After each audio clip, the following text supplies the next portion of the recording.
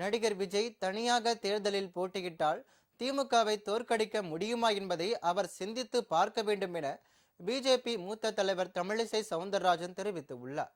சென்னையில் பிஜேபி தலைமை அலுவலகத்தில் நடந்த நிர்வாகிகளின் ஆலோசனை கூட்டத்திற்கு பிறகு செய்தியாளர்களிடம் பேசிய அவர், பியூஷ் கோயலின் வியூகத்தின் மூலம் தமிழகத்தில் தேசிய ஜனநாயக கூட்டணி மிகப்பெரிய வெற்றி பெறும் என தெரிவித்தார்.